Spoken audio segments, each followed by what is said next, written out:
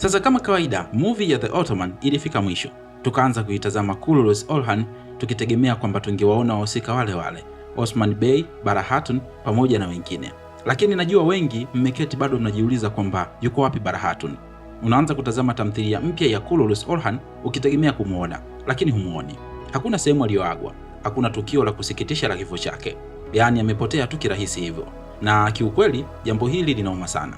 Sasa leo nitaenda kukwambia ukweli wote kuhusu nini kilimtokea Bara Hatun katikati ya mwisho wa Kurulus Osman na mwanzo wa Kurulus Orhan.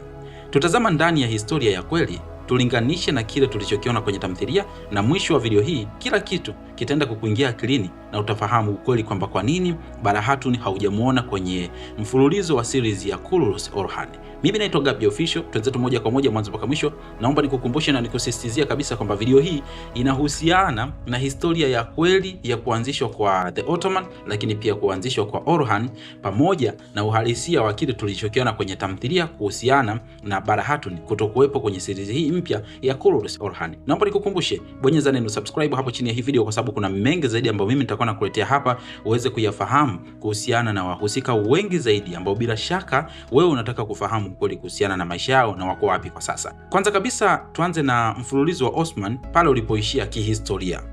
Unajua Kurulus Osman sio tu drama ya kubuni, inafuata historia iliyo ya kweli kabisa, ambapo kwenye season ya 5 tulimuona Osman akitangaza kuanzishwa kwa dola ya The Ottoman, yani The Ottoman Beylik, ambapo kihistoria tukio hili lilitokea mnamo mwaka 1299, na katika msimu wa 6 Osman anaendelea kupambana.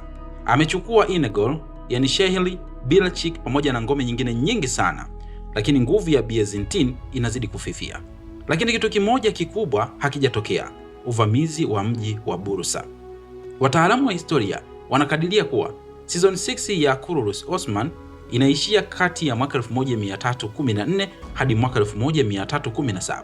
Hapo ndipo Osman alikuwa na nguvu zaidi, lakini mji wa Bursa ulikuwa bado mbele yake.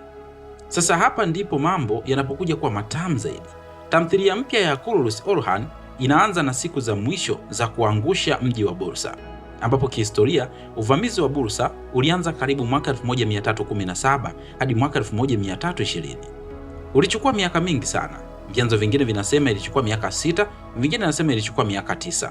Lakini wa Ottoman hawakuwa na vifaa vizuri vya kivita wakati huo. Hivyo walichokifanya ni kuzunguka mji, kukata huduma zote na kusubiri. Ulikuwa ni vita vya subira kuliko silaha. Mji wa Bursa ulikuja kuanguka rasmi tarehe 6 Aprili mwaka 1326. Kwa hiyo kati ya mwisho wa Kurulus Osman na mwanzo wa Kurulus Orhan kuna pengo la takriban miaka 7 mpaka 10 katika historia ya kweli. Na katika miaka hiyo 10 mabadiliko makubwa yalitokea. Mabadiliko hayo Bara Hatun. Hapa ndipo ukweli wenyewe unapopatikana. Rabia Bara Hatun, ambaye ndio jina lake halisi, binti wa Sheikh Edbal, hakuwa tu mke wa Osman, lakini pia alikuwa nanga na msingi wa maisha yake. Tukiangalia kihistoria, Bara Hatun alifariki dunia mnamo mwaka 1324. Fikiria jambo hili. Uvamizi wa Bursa ulianza mwaka 1317 na mji ukaanguka mwaka 1326. Bara Hatun alikufa mwaka 1324 katikati ya vita hivyo. Osman alikuwa bado anapambana na alimpoteza mke wake kipenzi kabla hata hajaona mji wa Bursa ulivyoanguka. Osman mwenyewe alimzika Bara Hatun kule Bilachik, pembeni ya kaburi la baba yake Sheikh Edbal. Hii inatuonyesha jinsi alivyomthamini. Alilala karibu na baba yake katika mji aliopenda. Mpaka leo makaburi yao yapo kule Bilachik, Uturuki, na watu wanayatembelea mara kwa mara. Kwa hiyo basi, unapotazama Kurulus Orhan na haumoni Bara Hatun, ujue sio makosa ya mwandishi, ni historia. Alikuwa ameshatangulia mbele za haki.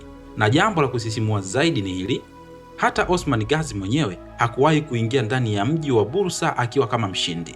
Wakati Bursa inaanguka mwaka 1326, Osman alikuwa kwenye kitanda cha umauti. Inasemekana alipata habari za ushindi huo sekunde chache kabla ya kukata pumzi.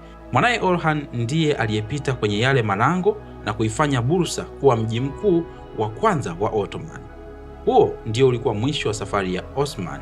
Mke wake amekufa, ndoto yake imetimia, lakini mikononi mwa mwanaye, na yeye mwenyewe anakufa bila kukanyaga mji aliotumia miaka mingi sana kupigana.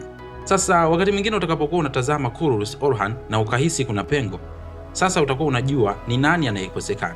Ni yule mwanamke aliyemwokoa Osman mtoni, mwanamke aliyekubali Osman aoe mke mwingine ili apate mrithi, mwanamke aliyepigana naye bega kwa bega.